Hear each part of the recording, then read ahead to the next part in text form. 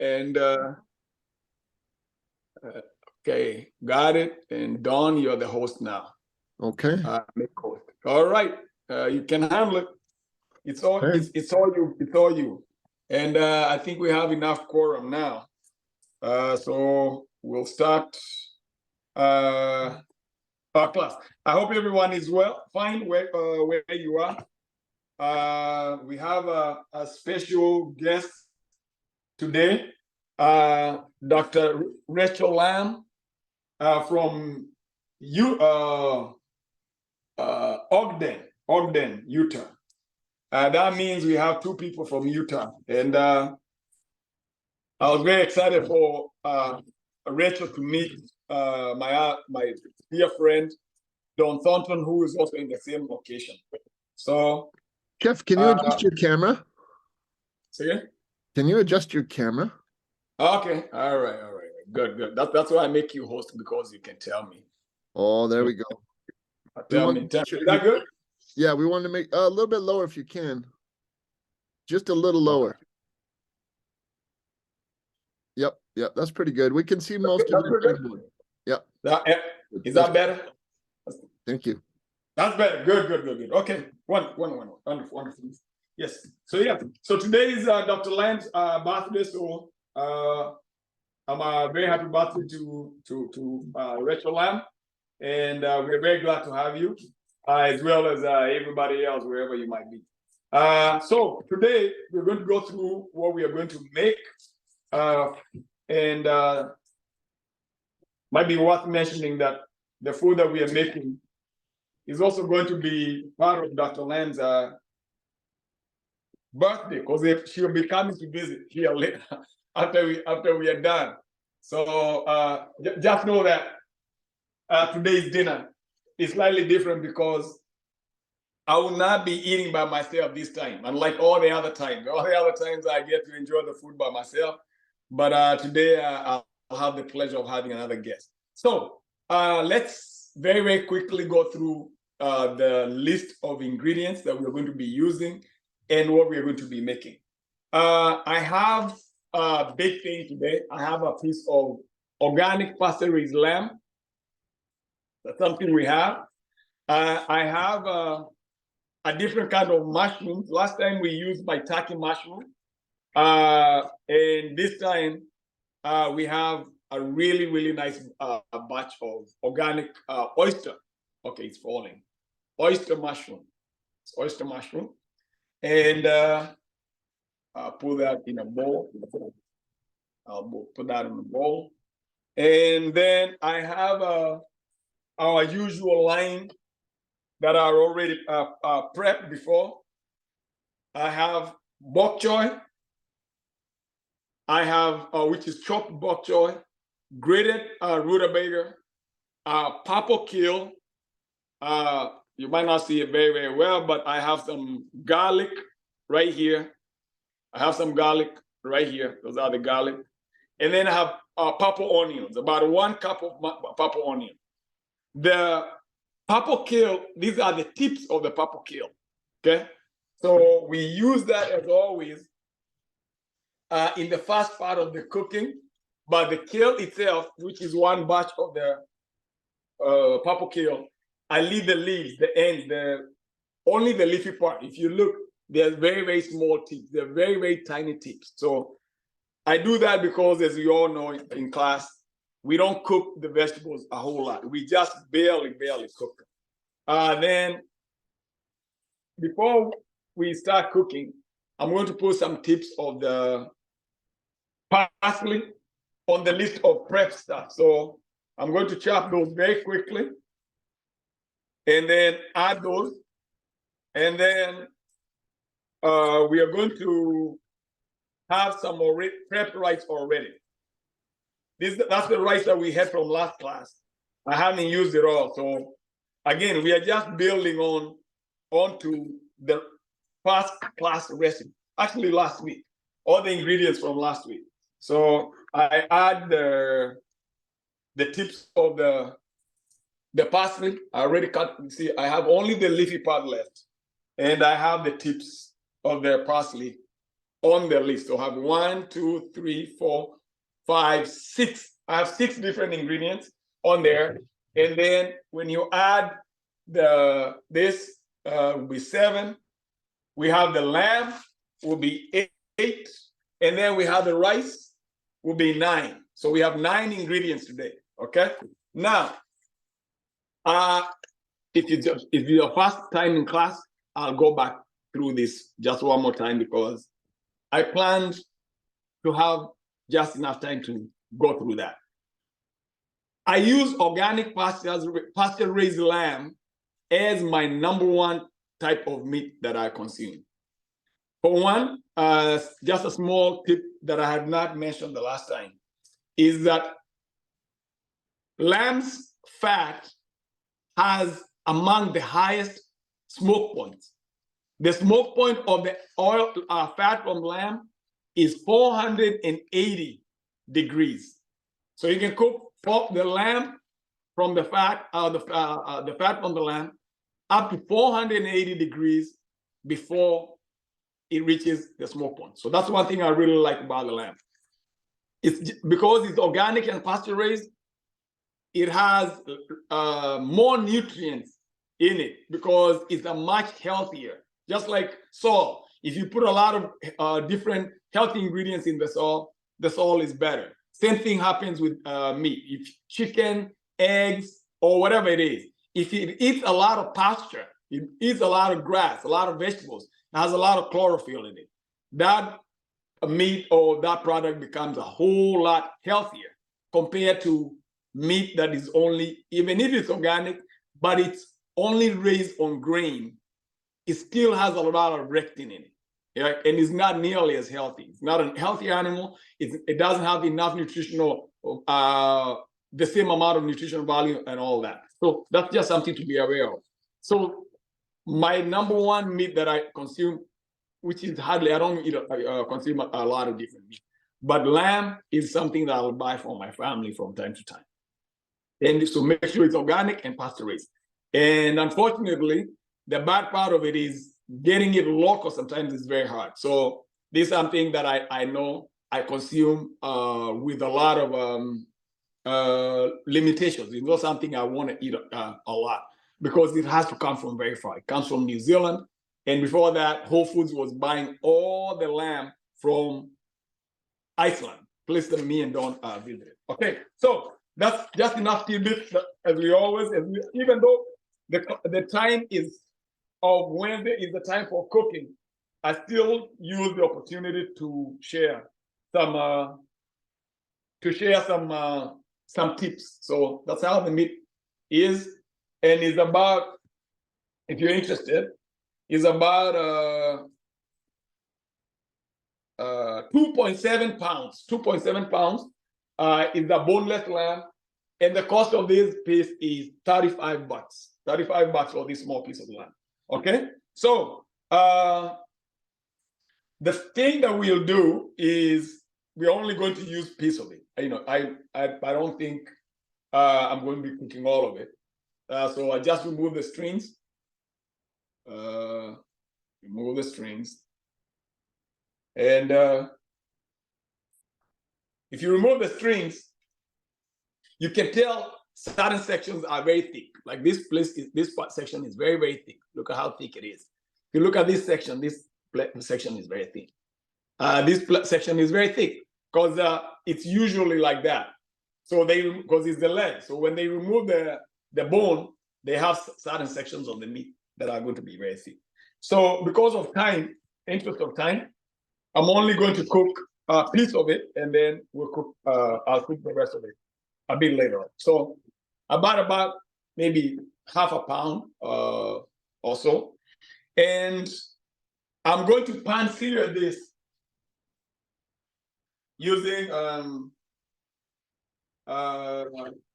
so what size of meat I prepare will be determined to a large extent by what size will determine that the size of meat will determine what size of pan that I use.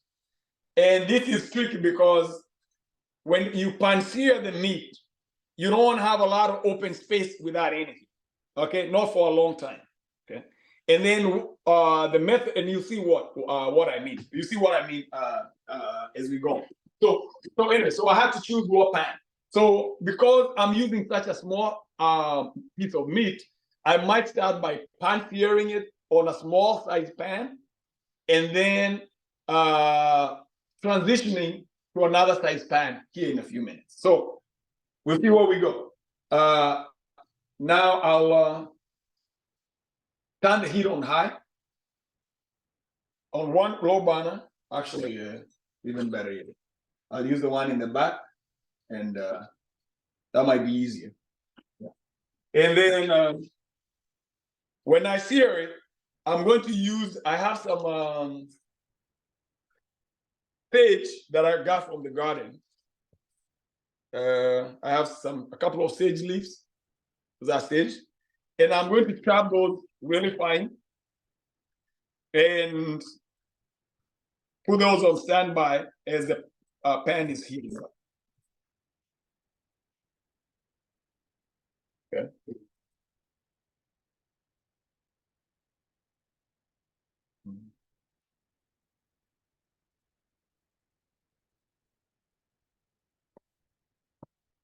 Okay. I'll give the pan a few minutes to heat up. And then I use a section with the fat first. Okay, that's the section I use. You can see there's not a lot of it, but just a little fat. So that's the one that I'll leave there first. And I'll heat that up for maybe 2 to 3 minutes. And what I'm trying to do is just heat the side with the fat first so that it oils the pan slightly. Okay. Once it oils the pan slightly, then I turn the side without the fat, which is this side, without the opposite side, which doesn't have a lot of fat. And that will allow it to cook, to heat on the outside without the pan sticking. After I do that, I'm going to add salt on each side and some black pepper. And then I'll add the sage in order to really nicely flavor the outside of the meat. Okay. And once we finish, the next step will be to cut the thick piece of meat into slices. And then we'll lay those slices on the bigger pan and then spice them with cumin and some garlic, throw a few garlic and just toss it, turn it, and it'll be done. Okay. In the meantime, we have another pan here where you cook the vegetables in here. And then we mix this with the rice, and then we can add just a small slice of meat or lamb on top of it. And after we cook the vegetables, then we add the kale and the chopped up kale that we'll chop very briefly, very shortly, and then we add the rest of the parsley. Okay, I can hear it sleep though, you know. So that's the fat that is being rendered on the piece of meat. So we give that about a minute, another minute or so. Okay. If we want the meat to start turning brown, okay, that's what we're looking for. Okay. So far so good. Keep an eye on time. Today's recipe is a little bit more slightly complex starting out, but it's actually a very, very recipe when you get down to it. Yes. Once you get everything rolling, you'll be good to go. You'll be good to go, man. Once you get it rolling. Okay. So, chop that. Okay.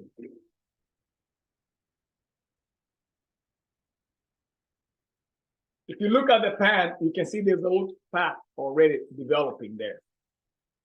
That's very, very good sign. You can tell that meat is turning slightly brown. So I'll turn it the other way I'll add some salt to the side now that's already cooked. Right? Add a little salt. And add some black pepper. Black peppercorn. Okay. And I'll give the other side about 2 minutes to cook. And then we'll be in business. We will be in business. Okay. You're chopping the kale leaves right there, right? Yeah, I'm chopping the kale leaves now to keep them ready so that once we are done, once the process starts and the first pile here is cooked, all we have to do is add the kale for no more than 3 minutes. 3 minutes, maximum 4 minutes, and the food will be done for the vegetables. The vegetables will be done, right? So that's the idea. Don't cook your vegetables too much. Don't cook them and cook them and cook them and cook them too long. And once you get used to eating them like that, they just you just get used to it. Let me put it out. Okay. So I'm chopping the kale while keeping an eye on the meat. So about 2 minutes. You see? About 2 minutes. You can tell the meat is barely cooking, and I haven't used any fat. I haven't used any water. Just tell black pepper and the salt on top. Okay. So if I turn it, you can tell it's already turning brown on this side. Just 2 minutes, it's already turning brown. Okay. So the same thing happens. On this side, I add black pepper and salt, and then I turn it one more time. Once you add the salt and black pepper on each side, cook it for another extra minute or two. And we're good. Okay. Some pepper. Add the pepper on top of it. And keep cooking it. Okay. Now we have everything prepped up except the parsley that we haven't chopped. That's the only thing we haven't chopped. Just the parsley, otherwise everything else is good. Okay. So turn the meat, press it. I can just press it with my hand. Press it with my hand. You don't have to try this, but eventually you get there. Okay. Then I turn the other way, the other side, and cook it for about maybe 2 minutes. So you keep an eye on it. Keep an eye on it, and you'll be able to tell when. As you remember what we said cooking is. Cooking is nothing but water, the manipulation of water, temperature, and flavors. Everything we've added here, we're either adding water, we're adding flavor, or we are lowering or increasing the temperature. Every time I turn the pan, every time I turn the big chunk of meat, I'm lowering the overall temperature of the pan at the bottom. Because the top part, that's why I touch it for you so that you can see, to emphasize that point. The temperature, once I turn it up one side, the right side up, the side that's up, start cooling down. While the one on the bottom is heating up, the one on top is cooling down. That's why I can put my hand on it. That's why I don't need any tool. I don't need any tool to cool this. I can literally cook this whole piece of meat with my own hands, even in the next thing. All right? All right, so I can turn it down. Once I turn it down, it's lowering the temperature of the pan because the side that is down now was cool. So I'm constantly lowering the temperature of the pan as I'm cooking. All right, just bear that in mind. Okay. All right, so another 1 minute or 2 minutes we should be done. Now, one more thing. I didn't make my piece of meat thin enough. I could have made it thinner, but for the sake of this class, I wanted to make it the hard way. Okay? I could have made it easy. As we keep cooking, I'll show you the shortcuts. So not shortcuts, but maybe more advanced ways of cooking.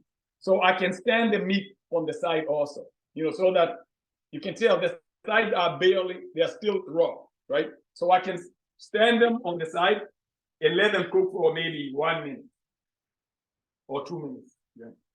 But the ultimate goal, you just want to cook the very outside of this meat all the way around as much as you can, but while leaving the inside of it relatively raw. Now that we're going to be eating raw meat, but it's just a flavor manipulation. When you take a bite of that food or that slice of meat, because it was cooked harder and very flavorful on the inside, you have a very, very different experience from eating the meat. Okay. The amazing thing is, when I cook on the side, there's still not the pan. We've been cooking for about 10 minutes now, and the pan is not too burned. It's not too burned. Okay, and that's why you want to use a small pan, because the oil is not being spread too thin. If, for example, I use this pan to cook this small piece of meat, oh man, I didn't realize I had the pan on here. Okay. Okay. If I had used this big pan, the whole pan, maybe the outside would be getting more burnt. But now, even the little fat that's there is staying within a very small surface area, so it's keeping it really well maintained in terms of controlling the extreme amount of heat or burning or the evaporation of the oil, or spraying the oil too thin, to whereby it starts really burning because the surface is too white. Okay. Now, I think what time is it done? Is it? You got about 35 minutes. 35. Good. I'm waiting for the 30 minutes mark. Okay.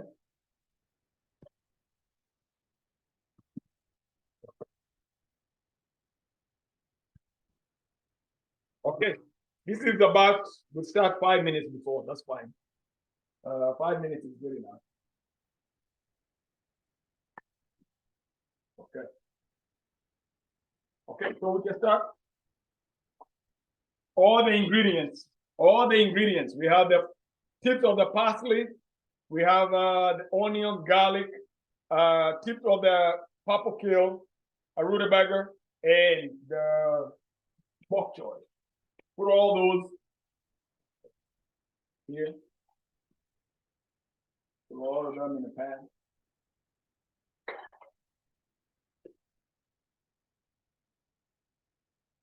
Keep an eye on the meat.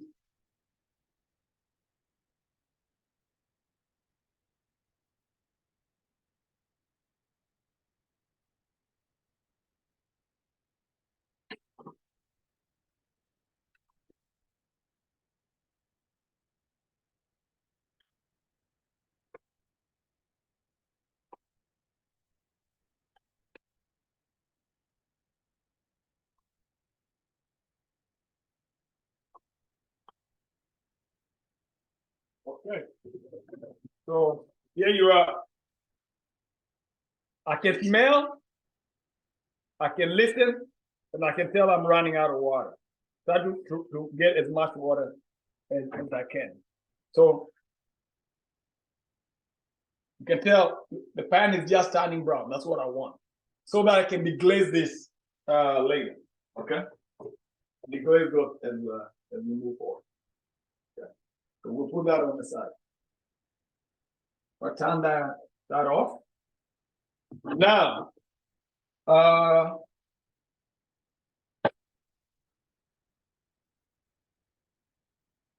now we transition to this pan, from the small one to slightly bigger pan. Okay.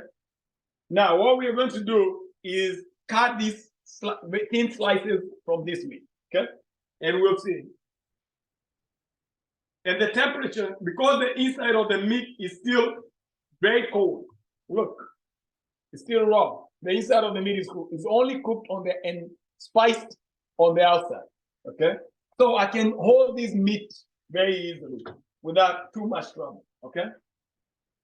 Now I'm gonna lay all these pieces of meat in the pan, with the body down.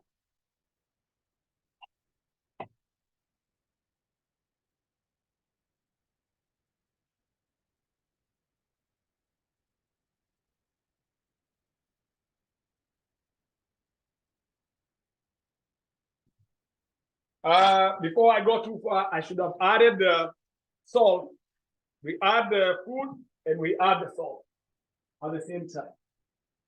So salt right here.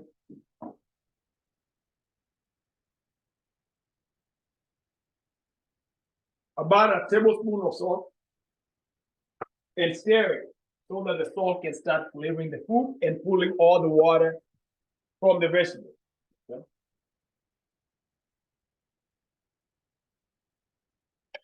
And when I turn the food, I'm lowering the temperature in the pan again.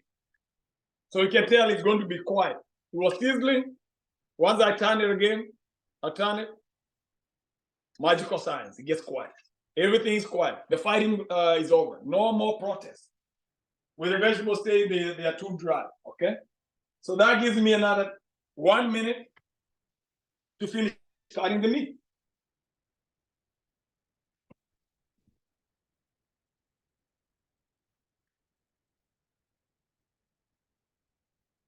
And the last one. So I have one piece of meat, 2 pieces of meat, 3 pieces of meat, 4 pieces, 5 pieces, 6 pieces,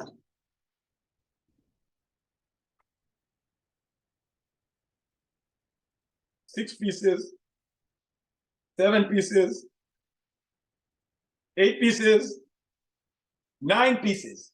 All right. Keep the fire on high. Stir that. Okay.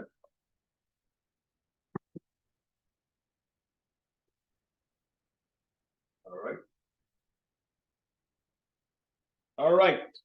And in the meantime, we'll chop all the parsley that we had. Chop that. Okay. This is a good time to spice the food.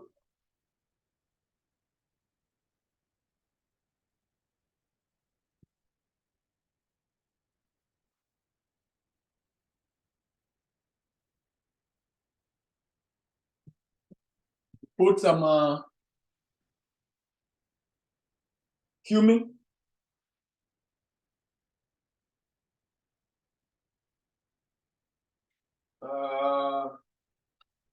Put the amount that you like. So I just put the amount that I think I know I like to for my taste bud. Okay. All right. So that's that. What's that one you're putting in, Chef? This is yellow mustard, which is we're using curry powder. We've been using for this time. We've been using curry powder, cumin, and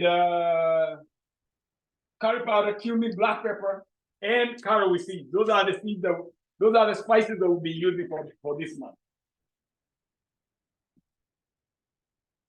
And sage for the spices. For the herbs, we're using parsley, cilantro, sage, and lemon thyme. That's something I'm growing. So a little black pepper in there, and with that, put all salt in the meat. Salt the meat.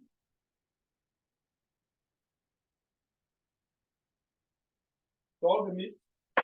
First, turn it over. Okay, just using my hand is just fine because the meat is still raw on one side.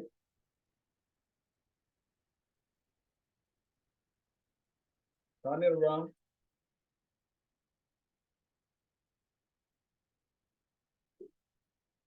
Turn it. Turn it. Turn it. Turn it. That one is a little bit sticky. It's still coming, huh? Okay. So now I've done all salt this side as well.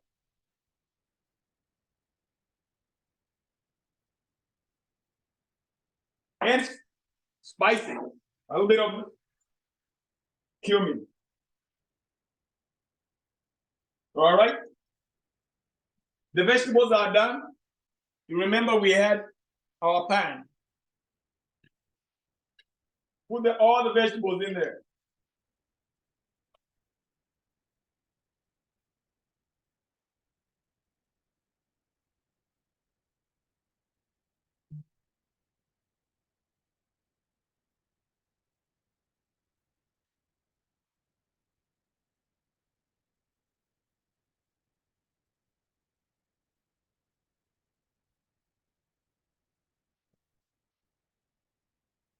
So I have all the vegetables in the same pan.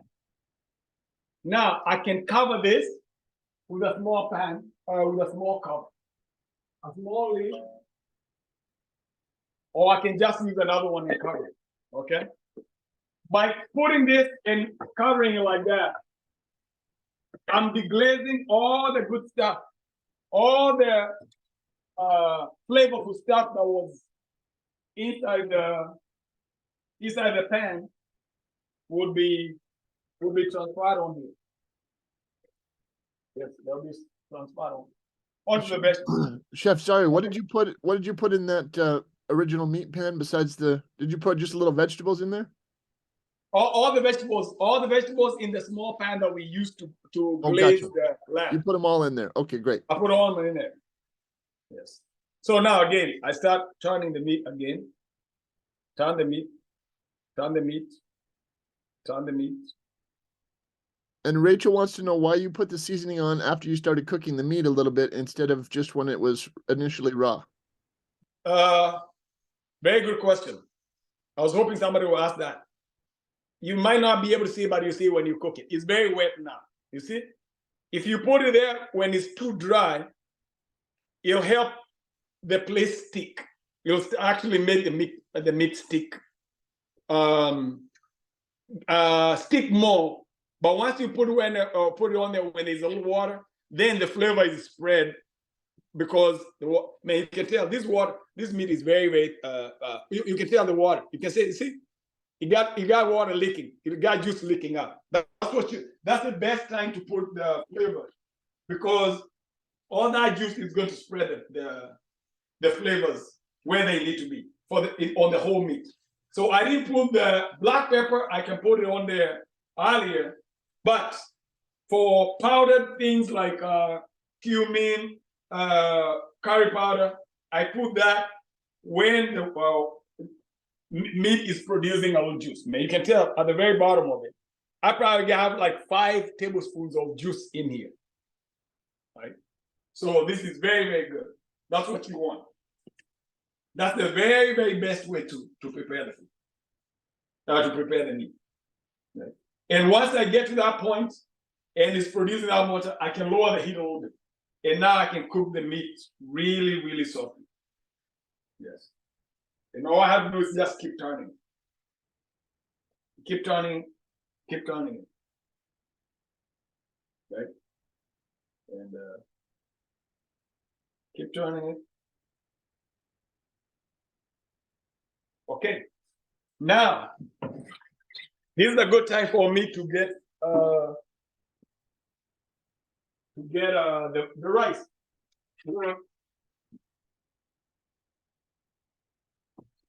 It's a good spot to get the rice that we cook.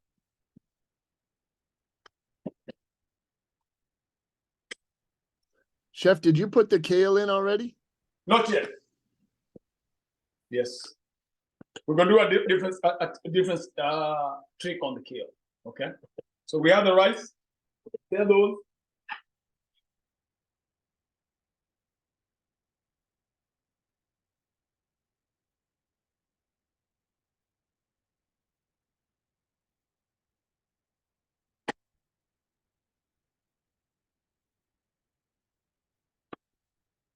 Now I'll get 1 piece of meat. How much are we looking on? How are we looking on the time, Don? 22 minutes. 22 minutes to go. Wow, we're doing good. We're doing good. Okay. So I'll get 1 piece of meat. You can tell it's still drizzling with juice, right? And it's looking really brown. You might not be able to see it, but very well on the camera, but it's looking brown. So I'll cut it right in the center of it, and we'll see how it looks. You can tell it's still got just a little bit more cooking to go, okay? So we can lower the heat some, and just keep turning. Turn it from one side to the next. From one side to the next.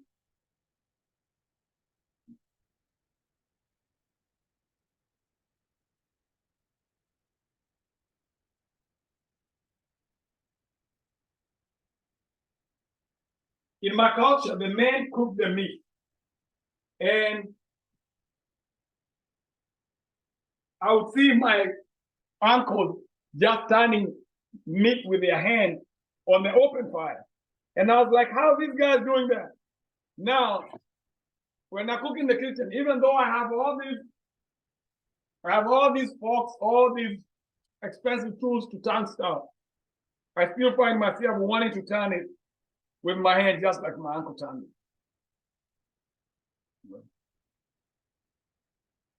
Right? But sometimes I use the fork, but now for the class, it still feels a lot like home. It feels very homely when I cook like that. And when I play with the meat, with my hand. And even the little burning sensation in my fingers brings a lot of nostalgia. Okay, so it feels like I'm tasting the flavors of old, or I'm cooking like I'm cooking the food that we used to cook in the old days. Okay, so you can tell the meat looks very brown. Already really, really nice brown. We got to find a place where we can buy the nostalgia at the spice store. Well, please, if you find one, please let me know. So, yes. Now, last thing, we have just a few minutes left. All right. We are the last stage now.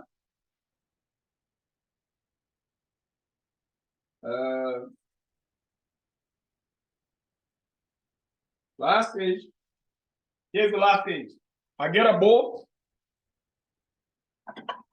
Throw all the meat there. Dr. Lam, do you eat meat, Dr. Lam? If you can't talk, you can type. Because I am here. Yes, hello. Yeah, so do you eat lamb? Yes, I do. Absolutely. Yes, right. I'm loving all of this. Thank you so much. This is all awesome and nostalgic for me as well, watching my Chinese family cook. Yeah, I see that there. You're gonna deglaze that and do yes, I'm going to deglaze that with some parsley and some of the kale. Lovely. So we add all the kale, and then I add the rice in here. Ah, very nice, very nice. Yes, yes. So I'll be doing 3 things at the same time, always in 3s and 9s, right? So I'm cooking the kale, I'm deglazing this, but I'm also warming the rice. Okay. And I don't have to use water. Notice that all my cooking, I haven't used water. Right. Okay. Right. Yes. No water, no water. Made some Chinese fried rice a couple days ago, and a lot of many similar things actually between what you're doing and what I have learned from my Chinese family. It's very interesting. Well, yeah. I always say some of these things are indigenous. They're not just necessarily Chinese, African. Indigenous people have a certain way of cooking. Yes, absolutely. Oh, yes. So I notice that there's water. There's water. As I said, back to the 3 basic principles of cooking: is water, heat, and flavor. So there is enough water in these vegetables. I think there's enough flavor in the deglazing, in the glaze that is on the pan, and all I have to do is just come up with a creative way of. By the way, I'm adding this. I might mention that because Rachel will be here. So this is a few leaves. I only have 2 leaves of sorrel. These are sorrel, a very, very lemony vegetable that I grow in my backyard, and it overwinters. So it dies pretty much during the winter, but is one of the first things, along with the dandelion, to come back up in the winter. So I have just a few leaves, and I add them there for the sake of flavor. So just add that, and in about 3-4 minutes. Oh, and then one more thing. We have the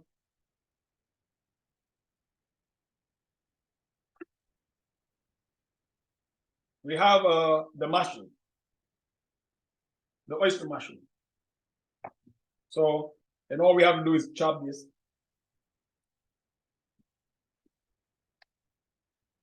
All right. We can literally eat this one raw. We're going to add it here so that we can get warm. Add it with the rice and the kale. Put a little bit of salt, just a little bit of salt, not too much this time. Right, and a little bit of cumin.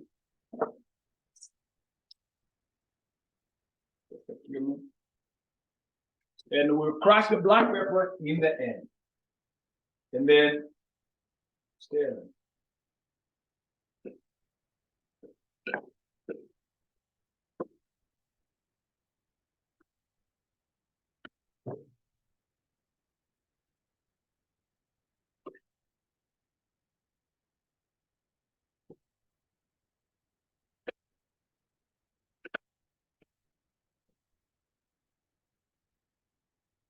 Once you turn it like that, you're quiet.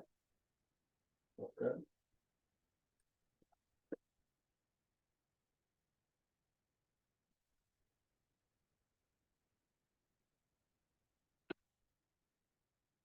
So I want us to look at how much time, calculate how much time we have taken to cook the food. For somebody who might think cooking is too much work, you can't hide, it's too much work. Cooking is too much work. It takes too much time. So do that.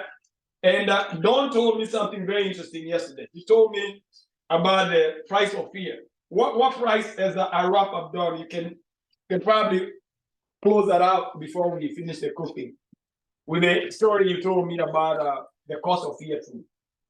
If you don't mind, if you're interested, if you're open. I'm working the department of what not to do. So I've been out working construction, and I'd been working all day long without eating and without drinking. I was very thirsty, and so I stopped by a convenience store. I got I guess it was about 1.5 liters of orange juice, and that was about $6. And then I also stopped by, oh gosh, where did I go? I think it was Del Taco, and I ordered 2 crunch tatas, which is just tostadas with beans, and anyway, and then I ordered a chicken quesadilla, just a little one, and all that was about $13.50. So total about $20 to make my appetite and my thirst happy. I got a bunch of filtered water at the convenience store as well. So you spent $30, $33 on fear food. $20. $20 a total, everything $20. That was for one meal. For one meal. All right, so I want you to price a plate of the food that we prepared here. So you used about 1/3 of the lamb that you had? No, give it value. No, yeah, actually, yeah, both ways. I want you to give it value and then cost it. You understand what you understand what that? Yeah. Okay, so if you were to sell this plate, how much would you sell it for? Oh, and man. what is the actual cost? And then cost it. Okay, I use 1/3 of the lamb, and then we'll measure how many servings we have. Okay. Yep. So I think you were probably so how many servings? It looks like you're going to get a good 6 servings out of this at least. Yes. Okay, Yeah. so you used about $12 a lamb, $10 of lamb, Yes. $12, let's say. And then Yes. all your other ingredients, I think you were probably into it maybe $20 max. Yes. So per serving, the price is you're going to be around $5 to $6 a plate. Mm-hmm. And as far as value goes, so I've noticed since I've been hanging out with you, Chef, you've broken me, because now I can't ignore how I feel after I eat. So Yes. when I eat from your Afrofuturistic conscious cuisine, Yes. there's no value cost to it. Yes. It's all just good. I feel my appetite is satisfied, but then my body is also very nourished, which is Yes. that I miss with the what you call fiat food, because Yes. my appetite is very happy, but it's like a political situation where it's a win-lose. So the value is much higher on this one. Mm-hmm. So how much do you pay for a plate of food, though, for this? How much do we put on the market? Oh, I would easily buy this at a restaurant for $35, no problem. Per Okay. plate. All right. All right. Now, that's just one of the students. Everybody has their own opinion. Okay, that's just those. The last thing that we have here is organic olive oil. Okay. And we have warmed you can see the vegetables, the kale. So I don't have to put the food in the microwave, because the water in the kale, and I still didn't do a good job because it did stick just slightly. If I wasn't running my mouth too much, Don is my witness. He knows we can cook this without anything sticking, hardly anywhere. But I overlooked that for a minute, and it did stick a little bit. But the food is warm. The rice is warm, so I don't have to put anything in the microwave again. So once I do that, the last stage is just putting a black pepper. I can put it here or when I serve it. So this is how the final stage looks like. We can remove all this and put it back and get to the fun part. The magic we've been waiting for. The magic is done. Then we have we haven't chopped up our parsley for garnish. The only thing that's missing. I have to remember now. I have brought the lady showing up with my friend Alexis, and so I'll get that all set. Remove everything else, and now we are good. We are good to play. Okay, wipe this stuff out.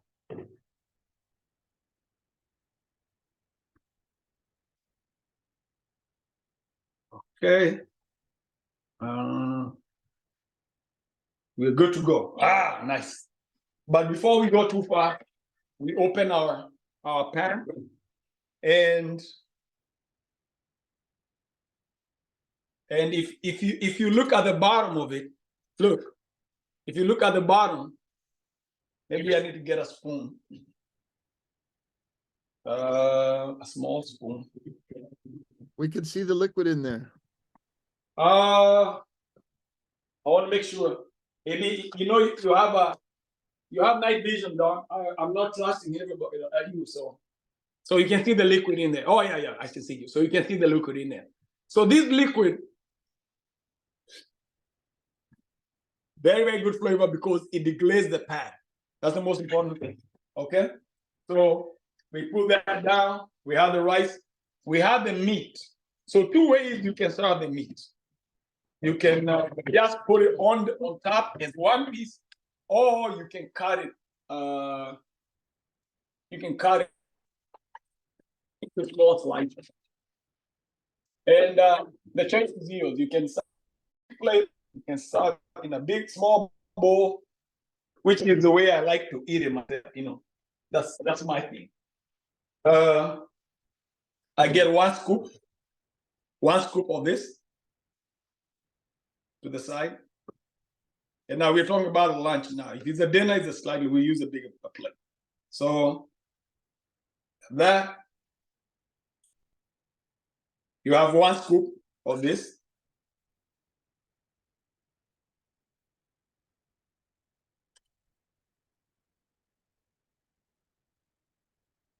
All right.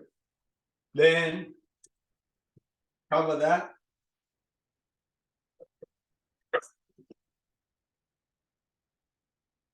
Cover that. And then add a piece of meat. You have just one slice, small piece of meat.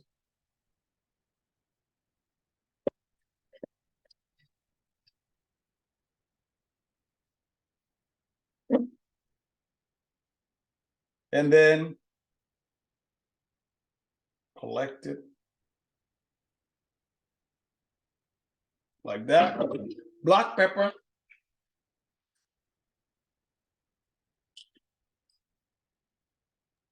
I love how you buy $35 worth of lamb, and your plate, the cost per plate is still under $5 or $6. Oh yeah, yes, indeed. Right? And then olive oil. Just a little olive oil on top. Right? So that, Rachel Lamb, your plate is ready. And Okay, I'm ready to eat it. I want it now. It still looks beautiful and just gorgeous. Everything you did, I can imagine this flavor. I get to eat this in a couple hours, right? yes, sir, it's here. Wonderful. Yes, it might be a little cold. I would have wanted you to eat fresh, but part of the class, I like all my food to come sizzling hot. But Oh no, this is good. This is very exciting. We are working with the limitations. You can throw it in the microwave, chef. Oh, really? Okay. Chef, I have a microwave in my stomach. I said in chat, I don't even own a microwave. I haven't used a microwave for over 5 years. Really? Don't even own one. No. Wow. Anything I warm, I do in the pan. If it's really, really dry, just add a little bit of water, warm up a little bit. That's how I warm up everything for my daughter for school lunch. And so no microwave in my house. That's why we be heading to Utah very soon. Come That's the kind visit of place me. I want to visit. Come visit. Come. I'm in Salt Lake. I work in Ogden, as you mentioned earlier. So happy to have you. Don as well. Very glad, man. We look with me and yeah. Yes. Yeah. Very glad we connect. So good. Very glad to have you as a guest, and also very happy to connect you with Don. I'll share your contacts here. Share your phone number, and I'll connect you two together. Chef, Yes. you got to take a bite. You got to take a bite so we can have some nostalgia. Yeah. No. I'm saving the plate for my Ogden connection, right? let me get a big spoon. My spoon. I have a spoon here that I like to use, and I just put my email in the chat. If anybody would like to contact me, please feel free. Sure. Thank you. I'll do that. Thank you for sharing that. And I have so here we are, man. A small piece of you can tell the meat is well done already. It's well done. So I get a little bit of that, and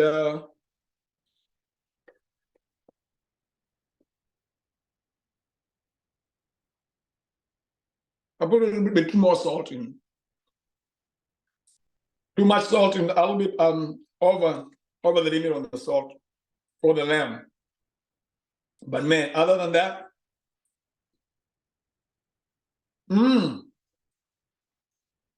it actually balances with when you take a bite of the rice, because the rice doesn't have nearly as much salt. So, well, that's not ideal. The way I correct it is eating less lamb so that that evens out the flavor. But this is right on, and the lamb is very flavorful. So, I'm very excited to use the rendered fat now to rewarm rice and put in rice and vegetables and get all that flavor in there. I have never done that before. So you taught me many, many things today. Very excited. I'm glad. If I can teach you just one thing, Many then things. my living is not in vain. And Chef, the invitation of the class is not in vain. Any question? You often use the meat just as a flavor element. I've noticed that.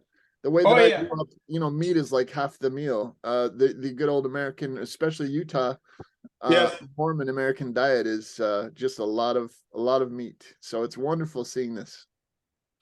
If you look at if I serve this portion myself, I can literally get 12 portions.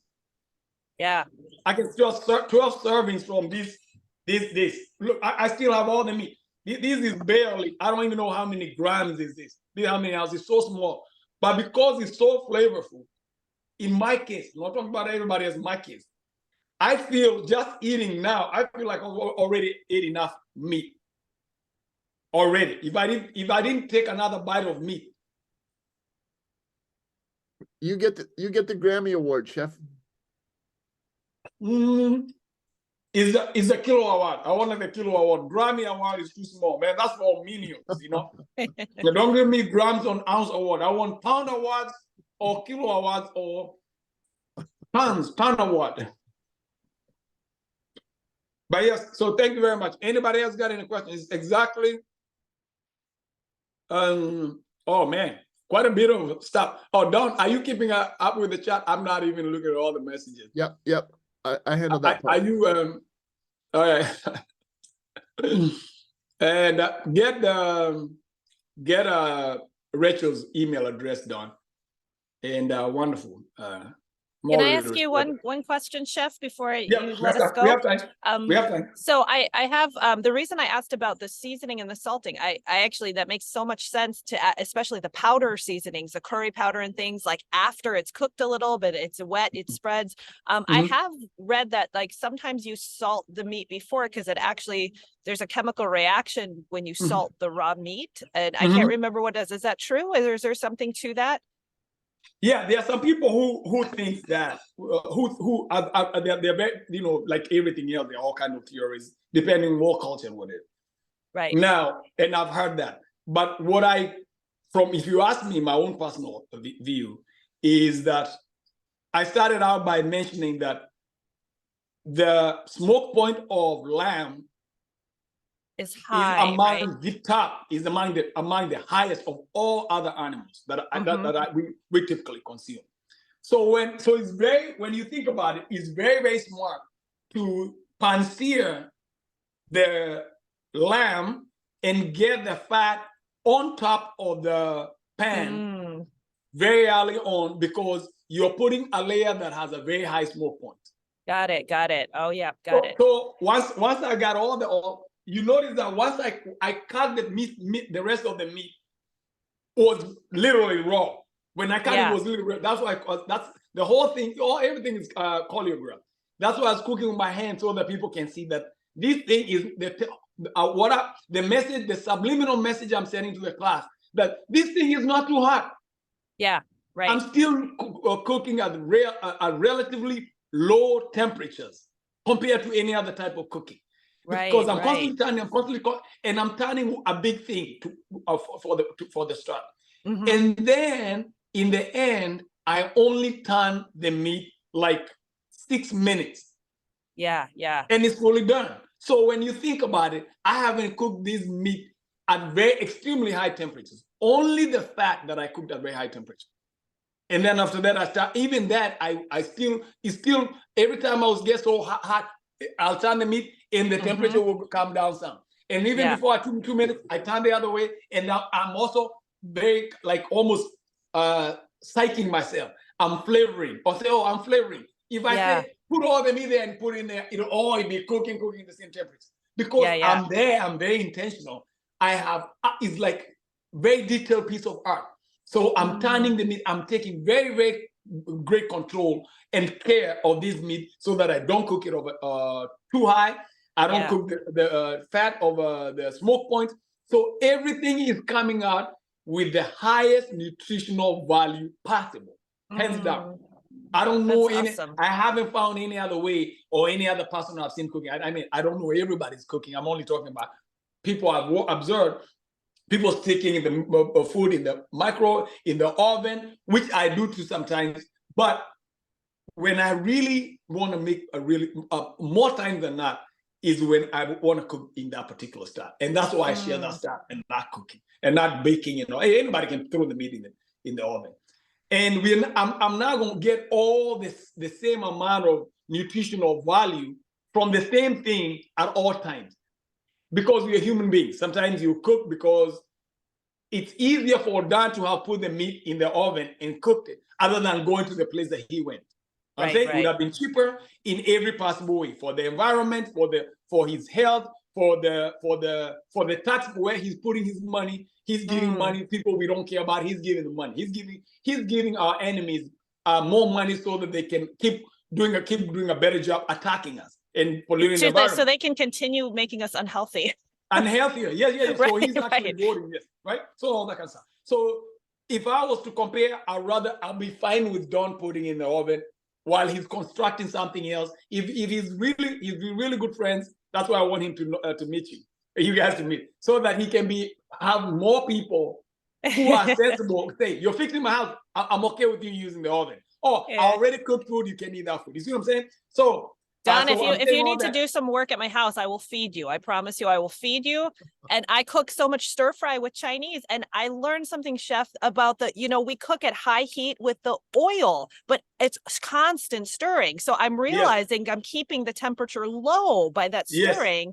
So you cook all the outside, and like the key with like Chinese stir fry, you want to get to just the very middle's just barely cooked, and then you take it off. You take it off the heat completely. That's the same we do. That's the same thing I cook. Yeah, that's why I cook on high heat. So yes. But the thing that I'll probably be conscious about is the type of oil I'm using. So even if I'm cooking things and cooking them, if I'm starting with one bad oil or two with oil that has very low smoke point, I'm still believing I have one advantage, which I really fight to have.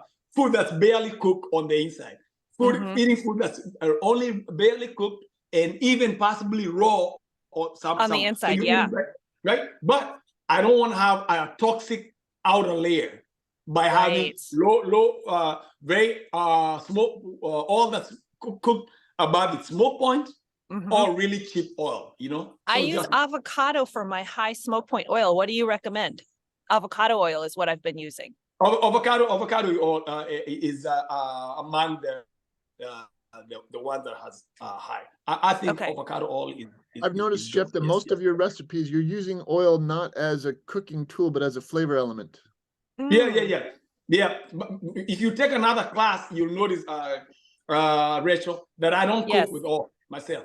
The only time I cook with oil is when I'm cooking lamb. Okay. The rest of the time, that's why you notice that I added the olive oil. At the end. I tell you what, think about it. As an indigenous person cook, the way we used to cook, people used to cook a long time ago, has changed. We have stoves that have such high butane now that all people would not even. The only people who had that kind of fire were iron smelters. Nobody else has that kind of fire. Now we have almost that kind of fire in the kitchen, in some kitchens. Right. So think about it. If we know the oil becomes rancid once it hits its smoke point, when I'm cooking at high temperature and putting oil, Do I have a temperature, a barometer to figure out what the temperature is? So I don't take chances. I know about lamb. I know lamb oil is 480 degrees and I can cook it. And even then, I want to err on the low side, not on the high side. I want to err on the low side. You try that and you see not cooking oil, and see what difference it will make in just how you feel. I mean, I'm not saying it will, I don't know, but people who have tried it, I've tried it, Don has tried it, several other students have tried, it makes a ton of difference. Even in your dental health. I noticed that when I stopped cooking oil, even if I was in the bush, or any other time, even when I eat, if I will eat and I sleep on the couch and I wake up, my breath is not smelling. I can just use a stick when I'm in the village and I'm saying, hey, hold on, my breath is not smelling. So I kept feeling, what was different?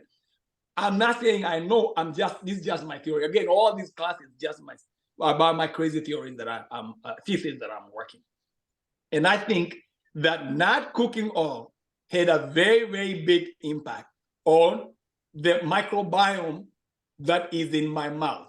I'm not intoxicating the microbiome in my mouth and probably in my stomach too. I know, I probably, yeah. So when you eat less toxins, man, your body starts functioning on a very, very different level.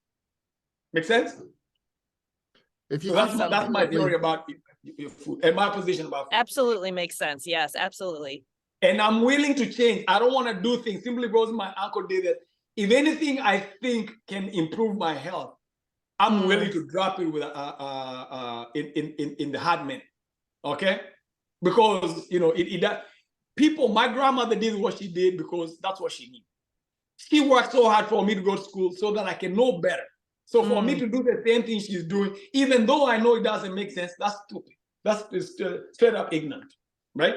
Yeah, your reasoning behind everything is so important. I can see that. Your intention and your reasons for why you're doing what you're doing. I mean, it helps me. Like now I think when I go cook, I'm going to think about these things. I'm going to think about the oil. I want to use more of the meat or fat too. Yes. Because and a lot of Chinese seasoning, we use soy sauce instead of salt. So there's often soy sauce and sesame oil already in, a meat marinated or something. And then, I'm realizing I can just fry that up. It's already has some sesame oil on it. Yeah. So I'm rethinking already what to do next.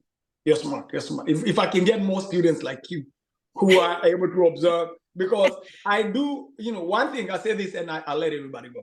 And you feel free to go. Again, the class is over. We're just taking a few minutes. I will go soon so I can get ready to come to your house. And we talk about those, but it might be just mentioned to add one more point for the sake of anybody who might want to hear.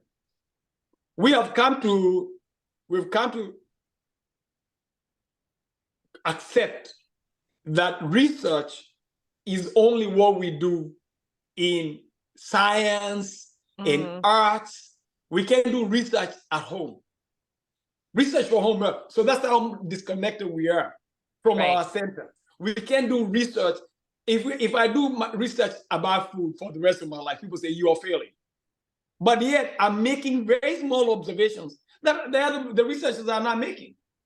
I'm researching how do you cook at home so that you have healthy food, you live healthy, and you can help other people eat food, right? So anyway, so I think that the fact that you can perceive that's very powerful. So get ready.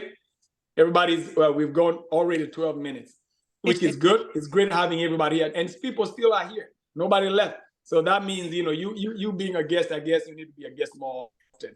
You keep everybody. You're too kind. You're too kind. You clearly have a very good thing going on here, and I'm so excited to learn more from you, actually, and talk more. And happy to meet Don. Don, he told me about you yesterday when we met. So happy to be on with you and everyone else here. No, thank you so much. This was wonderful, wonderful, wonderful way to start my birthday. Thank you so much. My 44th birthday is today. So. Oh, wonderful. Well, happy 4-4. Yeah. Thank you. Thank forever. You. Yes. All right. Sounds good. 4 forever. Yes. All right. Okay. Thank you, everybody. This was great.